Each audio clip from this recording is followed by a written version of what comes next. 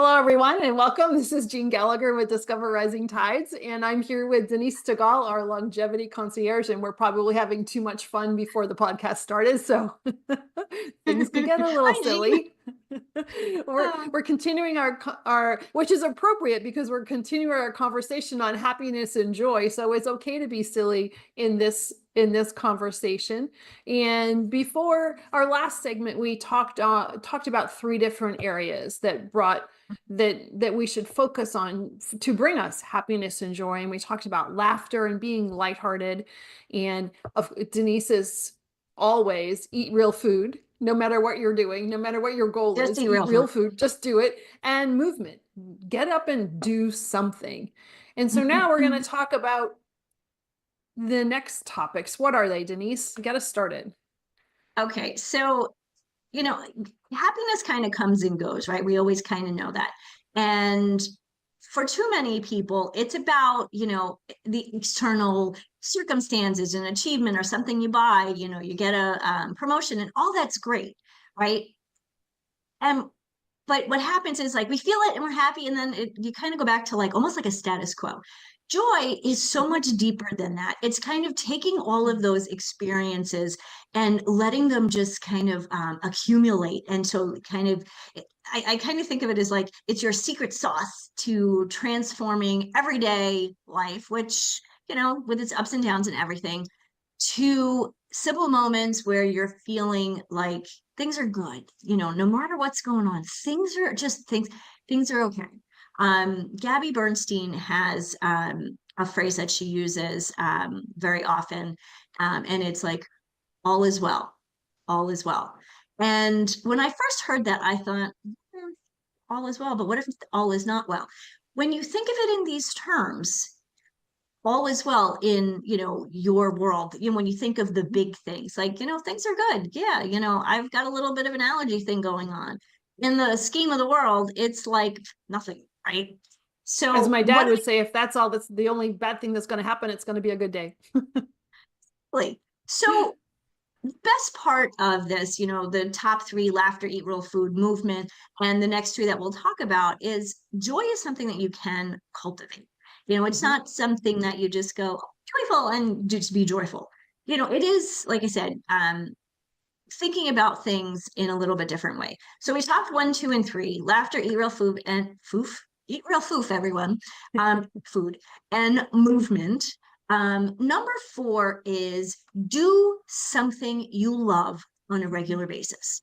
What is that activity that you're passionate about? That thing that instantly like boosts your mood and fulfills you and maybe gives you a sense of purpose. Painting, gardening, writing, anything that, even just, for me, like running outside. I can't do that at home half the year. So when I can do that, that's something that I love to do. Now, you can do something that you love alone, because sometimes people need that, especially if you're working and you're around people all day. Sometimes you kind of need that, thing that you love that's yours and yours only.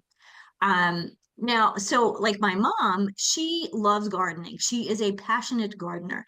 When we used to live on Long Island, her garden was immaculate. It was a 1/4 acre of meadow and flower beds. It was absolutely gorgeous. The thing that she really appreciates, though, is she can see progress, right? She loves to go out and check, oh, this one's blooming and all that. And the smile that comes to her face when, a new, blossom is blooming, or last year when I was visiting, there was something that was growing that she hadn't even planted, and she was all excited to figure out what it was, right? So the cool thing about this is with doing things that you love, usually there's a little bit of a practice to it. It's not about like running toward the finish line, like, well, in my case, if I'm running, I'm obviously running towards something. But it's not about the final result. It's about doing and enjoying and experiencing. One of the things that's challenging about that, finding the thing. So it's easy to say, do something you love. And it's easy to show examples and talk about that. But one of the things that I find is challenging in this world is that we are so ingrained in our job, and then we come home and we're ingrained in the routine, and then our face is stuck in the phone. And then there's really no opportunity for the brain to think outside of what we're doing. And I'm day 6 without social media. Can I just say that out Oh, loud? I know, right? cabbage patch, And you realize aging that how myself. many times, I know, seriously, and how many times you go to your phone to take time, take up Mm, time.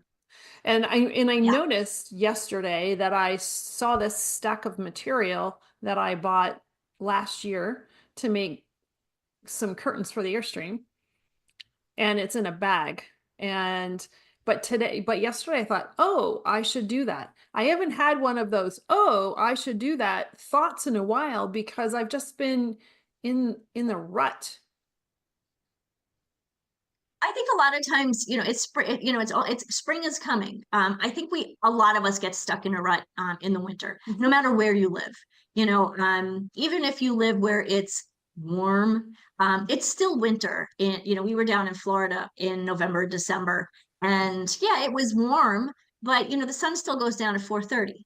Right. So there is definitely, I think most people experience seasonal affective disorder.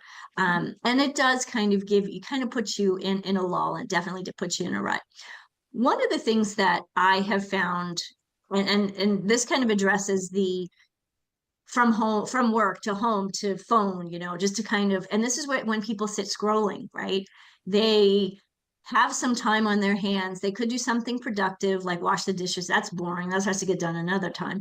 But this could be some time that you spend doing something you enjoy instead of scrolling. And if you're not sure what that thing is, this is a great opportunity to just kind of step back and start journaling, just writing things down. Like, what are the things you used to love to do? Mm. Think about when you were a teenager. What did you do? What were the things that excited you?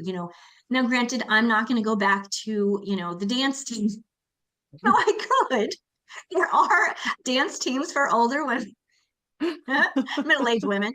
Um, but that's, my mom That sounds like a has a viral video. that would definitely be a viral video. I mean, I'm good with the pet cabbage patch in front of the camera. Um, my mom has a friend who, until recently, she's probably 87 now. She was in a tap dance group, and they used to travel. They used to perform. Um, so there's something for everyone. It is, you're right. It's about kind of reconnecting to who you are and what you like. Mhm. And it can definitely be a challenge if we've been stuck in that, work, home, The journaling's a great, relax. yeah, the journaling's a great prompt to Hmm. change a habit, because you're going to be doing something different during that few minutes of scrolling time, but it also gives your mind practice to download. Hmm. I love it. All right, so that's number 4. Number 5, surround yourself with a loving, supportive community. Now, Mm. for a lot of us, that can be our friends, but and our family, but really we want to look outside of the home environment, right? Because Mhm. if you have, and it's great if we have a loving, supportive environment at home, that's great, but then you never leave home, right? Joy flourishes with connection, and being part of a community gives you a sense of belonging. It enriches your life. You meet people with the same thoughts, feelings, Mhm. experiences. And a lot of times, especially um, women in mid-age, we kind of get to a place where we don't feel like we're understood at home, right? There are so many communities out there that where women can go to, men as well, where they feel heard, they feel seen. And I think that's really what is kind of missing in a lot of our communications Mhm. nowadays. Is they're virtual, most of them are virtual. It's a text. If you still send cards, I got a lovely card from Jeanne the other day. I mean, people do that less and less, but happy birthday, it's a text message. No, it's not a call. It's, hey, let's meet up for your birthday. So I think that's one of the bigger challenges. Oh, excuse me 1 second. Bless you. Sorry. Big cough, big sneeze. One of the Um, something that you said in that conversation that I think needs to be reset again because it was really wonderful is joy flourishes with connection. yes. Yeah, and I think I wanted that to be restated because that is everything that you're talking about. Absolutely. Again, joy is something that you feel internally, right? Well, it can be something that, you feel internally because you have this group, wonderful group of people, this supportive group. Now, think about it. If this group is supporting you, you're supporting them too. So it Mhm. goes both ways, right? I know I have a friend, my BFF from high school. She joined a book club, and I kind of rolled my eyes. I was like, "You did?" Didn't seem like it was something that would ever be in her wheelhouse. She said, I wanted to read more. I wanted to get out of the house. Both of her kids are in college now. And she said before she realized it, she was enjoying books that she'd never thought, to read. She was connecting with women, mostly her age, where she'd been, kind of connected to a lot of women who had younger kids because she works at an elementary school. So again, like-minded things that she was Mhm. enjoying. And she said, she really has found that, there's almost magic in a community. When people come together with thoughts and ideas, your own thoughts and ideas grow. Mhm. All right, that's number 5. Number 6, do something for others. I don't know why I was clapping, but that made me excited. Selfless acts of kindness, um, they brighten somebody else's day, but they Mhm. also fill your own heart, right? Giving. We talk about the ripple effect. There's so many videos on social media, and every now and then I get stuck in watching the stupid reels because they're short, Mhm. but if you watch 10 of them in a row, that's 10 Not so minutes you've short. wasted. Not so short. But they're about these stories where, people have just, given somebody something just because they could, Mhm. and maybe they saw somebody who needed. Well, the ones that always kill me are the little children in third world countries who don't have shoes, who are, whatever. And a young person who is visiting um goes and gives them their shoes. It's amazing when you think of, little kids do things like that. Very just it's in their nature. As we get older, we tend to stop doing that, or we don't do it as often because we kind of we get in our own heads like, oh, well, should I do that? Shouldn't I do that? Will people think of, how will it be accepted? Mhm. Just do something nice for someone, as someone you and I know very well, Fred with K Fred Radio, he always says, do act of kindness. It freaks people out. It kind of does in a way. It definitely freaks people out, but in a good way. Just the pure joy and relief and gratitude that somebody has when, you've paid for their coffee, right? Mhm. Or open the door. Oh, this kills me. Young people today, sorry, young people today, but if you're listening, I'm going to give you a little bit of a razz here. They don't open a door for the person behind them. Mhm. Or, you have an older woman coming, or older man walking towards a building, and they don't hold the door. Like, to me, that's common courtesy. Now that's a random act of The kindness, act of but just kindness, those little right? things, But it is, but right? the example is important because it is the little things. It could be that you brought your neighbor the mail. It could be that you baked cookies and shared it. Or it doesn't mean that you have to go buy something or take somebody to lunch. It doesn't have to be Mhm. monetary. It can be an act, or it could just be a gesture of Mhm. appreciation. Absolutely. So I have a friend who was really struggling last year. She was in and out of the hospital for almost the entire year. And she had just sent a message to her community, telling people that what was going on. She has 5 kids at home, number 6 is in college, but she's got 5 kids at home and she homeschools them, and she just needed a little bit of support. So people would show up. I know I did this a couple of times. Like while I was cooking dinner, I would make some extra and bring it over to the house. I was making vegetarian chili, or I thought about it. So I made a vegetarian chili. I made 2 pots instead of one. Really simple, not a big deal, but to her, it was a big deal. And it was just the thought, and the appreciation. I mean, seriously, just the look on her face, the joy that it brought her brought me joy. Exactly. And it is that you don't know what's going to come back at you. We Mhm. were talking, and when we were talking, we did the podcast with Susan Otten, and she hiked the Appalachian Trail, and she didn't do it just for herself. She did it to raise money for Parkinson's because her husband is Yeah. affected with a disease. And what she got out of that experience was so much more than she had expected. But she went into it with the intention of helping others, and she didn't realize how much she was going to help herself. Yeah, that's amazing. I think that the final thought that I have is joy isn't about waiting for life to basically hand you happiness Mm, or happiness to bring you joy. It's about making a decision, doing things, taking control of your life and your thoughts and doing mm. something to actually find that happiness and create that joy. Mm, beautiful. Denise, thank you. This has been really, really important, and we need to hear it. And it being spring and a new season, getting ready for that, it's a great time. It is. It's getting warm. Yay.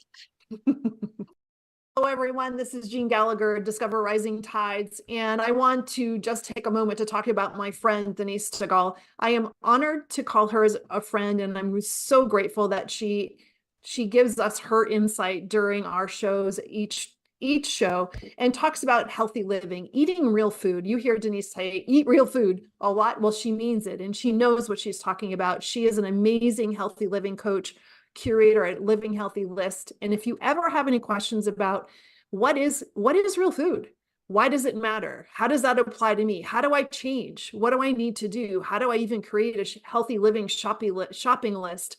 Make sure that you call her. She is your healthy living coach, and you can find her at healthylivinglist.com.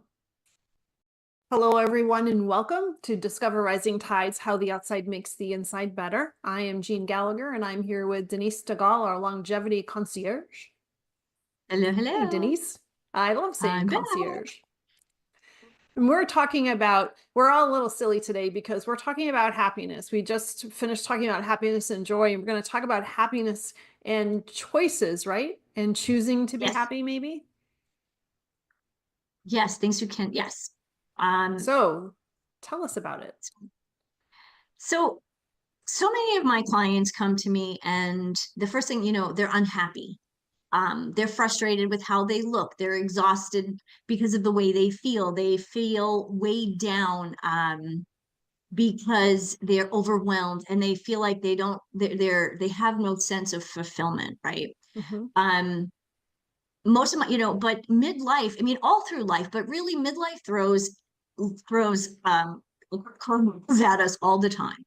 Um, the challenge that I put upon these women is that or that these women have is they don't actually realize that they have the power to break free from this cycle of unhappiness, no joy, and create their own life that's vibrant, purposeful, satisfying. Um, Again, joy and happiness, they go together, and it's really happiness, joy. Happiness is, kind of how you feel in the moment. Um, but think about it. It's about the choices that we make every day that actually can bring us a step closer to happiness. step closer to happiness, step closer to joy, right? We can feel happiness in the moment. I just ate a donut. Actually, didn't you just eat a donut? But here's an example. I ate a donut. I feel happy in the moment. I just got my sugar high, right? In the long term, I'm Not going to so have happy because the sugar high not goes so away happy. I'm going quickly. to have a sugar dip, right? And I'm going to feel tired and lethargic. And if my goal in life or whatever is to maintain a healthy weight, did that donut, if it's one donut, not a big deal. If it's a dozen donuts, how did that donut affect my ability to be happy and experience joy because I've maintained my healthy weight? Or for those women in midlife who want to lose weight, people will say, oh, it's just a donut, it's no big deal. These decisions add up because it's a donut today and it's a cookie tomorrow. And, little things like that add up. It's something like an extra calorie a day. And I because I talk about food so much, I always have a food reference. An extra calorie a day over the course of the year, right? Or over the course of 10 years is almost 10 pounds of weight gain. Wow. And I've done the number, and I know I've done the numbers in my head, or actually my husband's done the numbers in his head. But think about that. Like just one, so if we're having a donut and that brings us over our calorie allotment that's good for our body, right? Each one of us is different. That's where we see, weight gain just kind of creep up, It especially as creeps we up get over older. time, and then all of a sudden you look back and you go, holy cow, what just happened? Yeah, what just happened started 10 years ago. Right. Right. And So it comes down to choices. it does. There we It are. comes down to it's really the byproduct of those choices, right? Big or small, short-term gratification, long-term happiness, joy. Right. So that So I think is what really kind of important. choices can really bring us contentment and the joy that we should be looking for? I think this is different for everyone.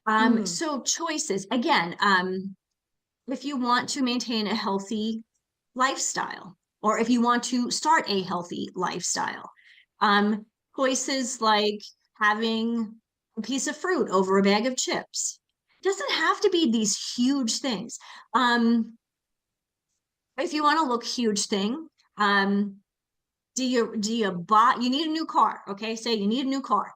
Do you buy the $150,000 car that looks really freaking cool? Or do you buy the $50,000 car, which is still pretty cool, but you can afford better, right? What's going to make you, when it comes to that choice, which choice do you make?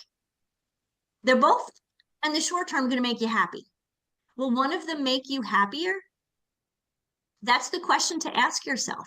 Will this decision make me happy? And I think it's something we can actually ask ourselves in anything. If it's a relationship, I have a pretty good relationship with my husband, so I'm trying to pick on him and I can't. What?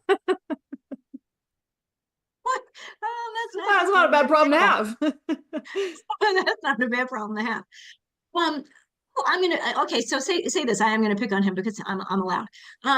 There's one thing that Mark does, and I'm not gonna talk about it, but one thing that he does that drives me crazy. Now say it's 5 or 10% of his personality. 90% of his personality is awesome. Am I going to choose to let this 10% that kind of annoy me and ignore the other 90 amazing percent? Oh, that's a great analogy, because we can all think of family and friends that there's something that they eat with their mouth open. I don't know, something that that you would clarify as, or as obnoxious. or annoying, and Mhm. but what's the rest of it look like? And that's something that people can put into perspective for themselves, because if you're choosing to focus on the negatives, that's a whole nother conversation. Never Mhm. mind just making the choices part that we're talking about today. Mhm. Where is your focus? If you're focusing on the negative here, what other parts of your life are you focusing on the negatives too? And those choices could be as Absolutely. simple as just go outside for a second. Mhm. Go walk around the house. Go walk around the block. Go outside and for 10 minutes. We're not looking Yep. at, taking the afternoon off and throwing off everybody's schedule, but step outside. Put a coat on first if you have to. There's so many excuses that we can come up with when we're trying to make these choices towards happiness. It's easy not to Right. do And it. to your point, if it's sunny out and you go out for 5, 10 minutes, the sunlight is uplifting. All of Mhm, a sudden it uplifts your mood. You just, and not just you like the way you feel like internally, but externally you smile. mhm. It's kind of hard to be like, oh, and then to the weather, blah, blah, blah, when it's sunny and nice out. I'm sure looking at myself again, I'm going to regret making that face. It's a good Um, face for radio. it's a great face for radio. All right. So again, it's, choices, the choices that you make can either bring you closer to happiness and joy, or it can take you in the opposite direction. Mhm, So be aware of your choices.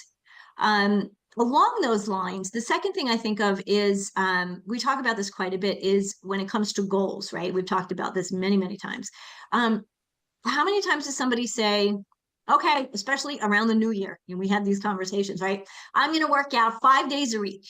Well, if you're a person who's never worked out 5 days a week, that's a lofty goal. It's If you've kind of a never worked dumb out goal, 1 day a week, 5 is hard. right? So the goal here should be, or could be, instead I'm gonna work out 1 day a week and get that, under your belt. And then when you do that, like, you can be happy. Like, you've achieved something, you've accomplished something, as opposed to thinking, oh, I didn't get a workout today. So, well, still got 5 days. I've still got 6 days. Well, I didn't do it again Tuesday. Well, it's Wednesday. I still have 5 days. But then if you miss one more day, then there's only 4 days left. You can work out those 4 days, but if you don't, or even if you do, you kind of go, oh, well, I didn't work out 5 days. You're mentally And behind rather than already. feeling accomplished that you did 4 or 3, Mhm. Yeah. you're disappointed, and frustrated with yourself. So goal setting in this, concept of happiness is really, really important. We talk about the SMART goals and everything like that. Um, Usually, we talk about it in business, but much more often. But this is something to really put into perspective when you're in a place where you're unhappy and you want to change the way you feel, Mhm. about yourself, about your situation, about life. Little steps get you closer. Little forward steps get you closer to a goal, to happiness, than any kind of negative step that's going to bring you backwards. Hmm. I think I said that right. I think you did too. It made Okay. sense to me. Good. And then I think the last thing I would say about this is, progress over perfection. We really are an all or nothing society, especially in the United States. Mm, Um, that's a great point. and it can only set you up for failure and disappointment. Failure Mhm. and disappointment is unhappiness, and it's so far from the spectrum of joy. So progress, a little bit at a time, like I was just saying, one little step at a time. And if you journal those little steps, you're going to be able to look back and realize what you did. Because if they're just, if Mhm. not, I should say just, if they are little steps, it's easy to forget they happened. Absolutely. There's somebody that I follow, his name is Brian Johnson. He calls all of these little things that these little positive things, he calls them plus ones. And it's kind of funny, when I first read it, I was like, okay, that seems interesting. But it's amazing when you add up during the day all the little positive things that initially you wouldn't have thought of, like you said, but just Mhm. those little things, just little plus one. Add them up at the end of the day, add them up at the end of the week, and you will notice, wow, you actually are doing things um, small increments that are actually Mhm. bringing you closer to where you want to be. Fantastic. Denise, thank you so much. Make good choices. Work towards Make good happiness. choices and be happy. Don't worry, be happy.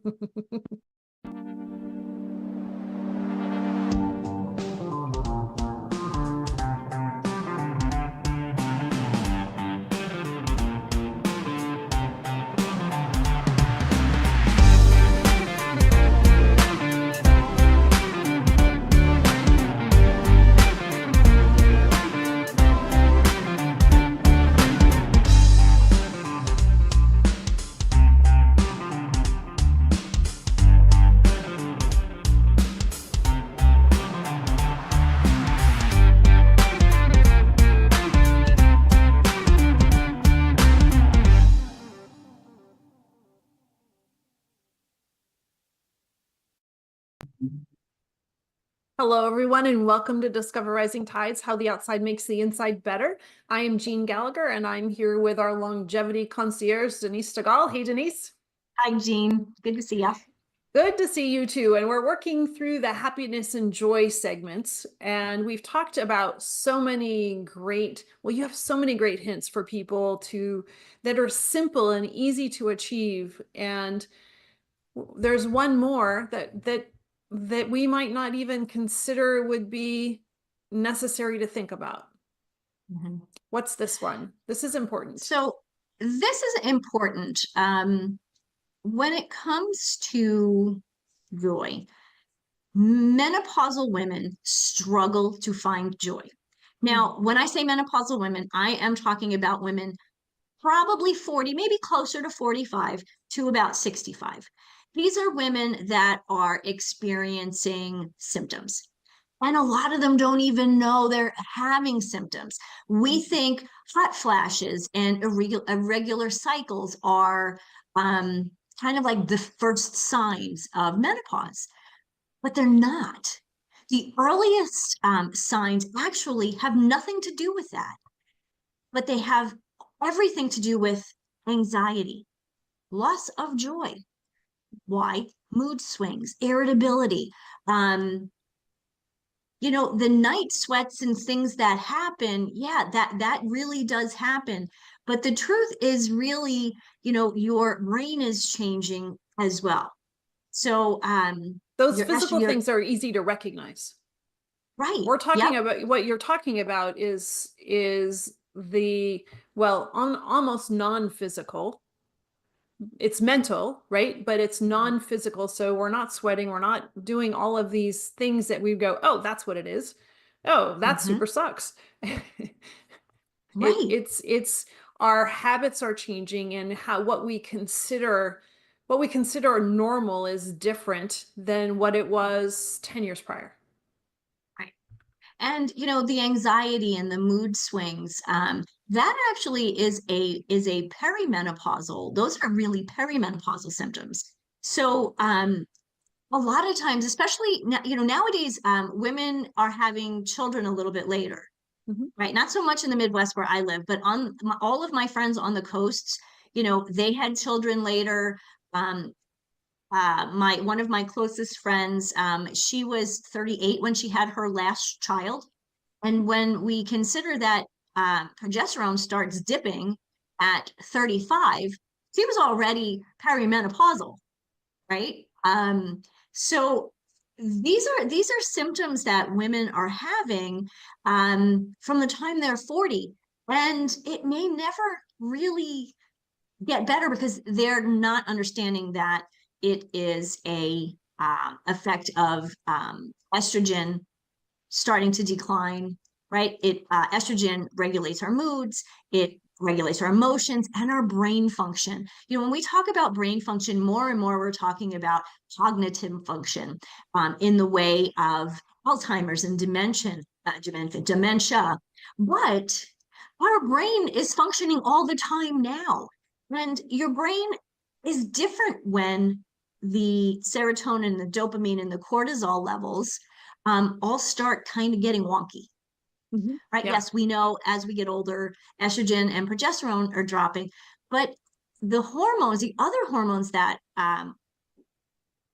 come into play here that really affect our happiness and joy or serotonin.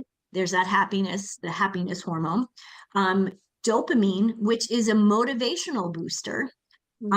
This is one of those that kind of drives us to do the things that we loved. And we've talked about that in another segment where, someone doesn't even know what they like to do anymore.